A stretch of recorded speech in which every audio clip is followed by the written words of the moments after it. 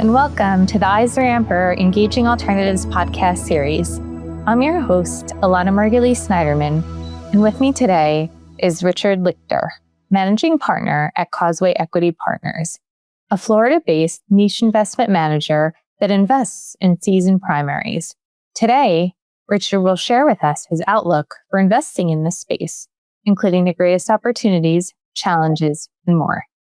Before we dive into the discussion with Richard, don't forget to hit the like button and subscribe to EisnerAmper wherever you listen to your podcasts. And you can also find us on YouTube at EisnerAmper. Hi, Richard. Thank you so much for being with me today. Well, thanks for having me, Elana. Absolutely. So to kick off the conversation, tell us a little about yourself and how you got to where you are today. Oh, sure. Well, I started my career in investment banking on Wall Street, but spent most of my career, last 30 years, in private equity, specifically the secondaries industry.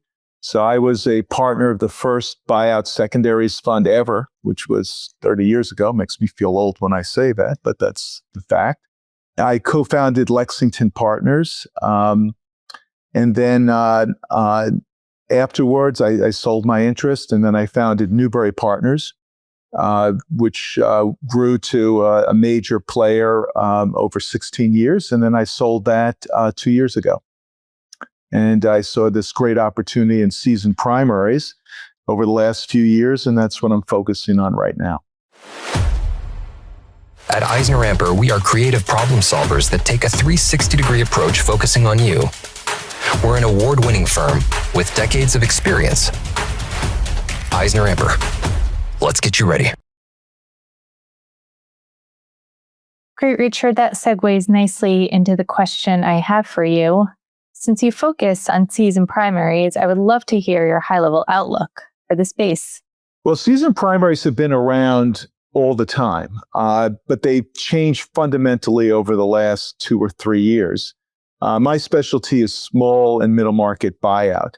And in that space, it's very difficult to raise money over the last 2 or 3 years for a number of reasons. Primarily, the distribution activity has been low. And so what's happened is these funds, and it's over 80% of the funds in that space, it takes them a long time to raise money. These are groups with great track records who've been around for a while. Used to maybe take them 4 or 5 months. Now it takes them 2 years to raise the money. And while they're raising the money, they're investing the money. They have multiple closings. So let's say they want to raise $500 million. They close on 100, they start investing it. So after 2 years, when they're finally getting to their final closing, maybe 50 or 60% of the fund is actually committed. Sort of looks like a secondary in many ways. I mean, traditionally, the definition of seasoned primaries was 25% or more committed at final closing. But as a practical matter, nowadays, there's plenty of great funds at 50 or 60%. And the reasons that it's taking them long to raise money has nothing to do with the group, whereas ordinarily it used to be. Maybe there was a partner left, a change of strategy. Now it's just the market. So it's a bad fundraising market. Typically, these groups aren't that good at raising money, and so it takes them longer. And so you can get in as an investor in the final closing. You can see what you buy before you buy it. It's 50 or 60% committed. There's a much reduced J curve. So very similar to secondary investing that I saw. It's diversified pool, what you get. And one great thing about it is it's still a primary. So you're getting everything at cost.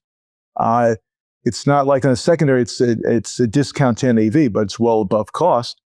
So an average good fund in small middle market produces 2 times net returns, which is well higher than anything in the secondary space. So you sort of get all the benefits of secondaries, but you get this much higher return. It's a new market now, in a way, because of the underlying fundraising market, but it's been a great opportunity. And Richard, in your space, what are some of the specific greatest opportunities you see and why? Well, we focus on sort of the low-hanging fruit because there's so much of this stuff out there. So we're not doing anything where there's any risk. There's no venture, real estate, infrastructure, new funds, foreign funds. it's all funds that are investing in real companies that are very understandable. They have real revenues, real earnings. And I think that's the best opportunity because there's very little risk. And it's a diversified portfolio. It's unleveraged on the fund level. So that's what we focus on. On the other hand, Richard, what are some of the greatest challenges you face in your space and why? Well, it's sort of a great time. It's sort of the embarrassment of riches in a way, because there's so many of these things. It's 80% of the market fits into this category, and that's going to 90% pretty quickly, because even with cuts in interest rates and this new volatility in the market, it just makes it even better. So, the biggest challenge is just doing the work. There's so many of these things, but we still have to cull through them and make a business decision on the best funds. So that's the challenge, but that's just part of doing business. That's a lot better than having to search for something. There's just so many of them. Richard, we've covered a lot of ground today and wanted to see if you have any final thoughts you would like to share with us.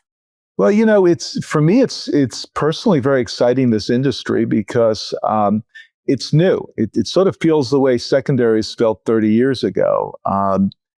I think there'll be a change. I don't think even when the fundraising environment is not in freeze up, I don't think it ever goes back to the way it was with small middle market.